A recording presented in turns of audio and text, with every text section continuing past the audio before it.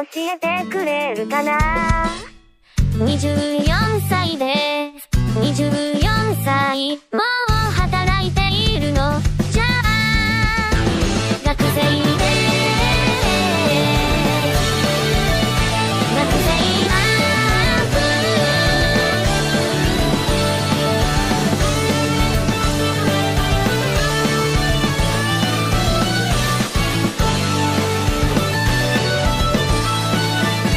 身長体重はどれくらいあるの。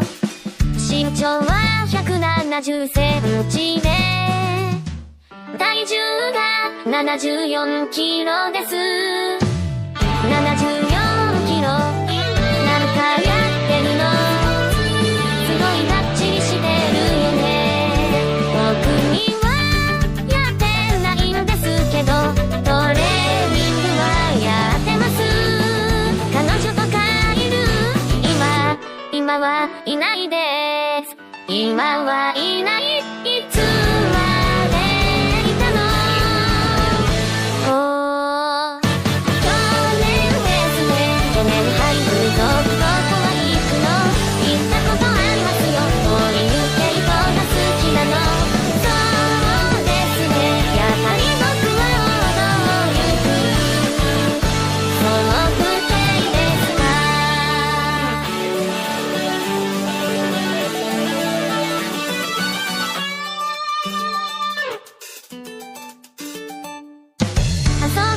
高いでしょ。でもそうピンキリですよね。でもね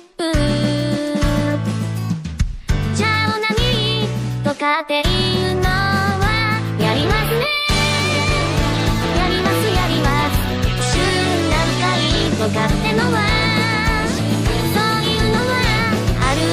何回って感じじゃない。でも頻繁にやってますね。やってる風じゃあ最近いつ抜いたの。最近は3日前それだけ体着替えてるなら自信あるでしょ。いやそうでもないですよ。服とかも結構困りますよね。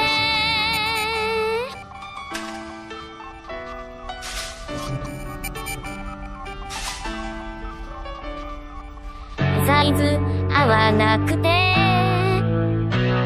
サイズ合わなくて見られてどう恥ずかしくない。いや全然大丈夫。風俗とかは行くの。行ったことありますよ。どういう系統が好きなの。僕は王道行くソフト系ですが遊び高いでしょ。でもそうピンキリですよね。でもねじゃあオナニーとかっていうのはやりますね。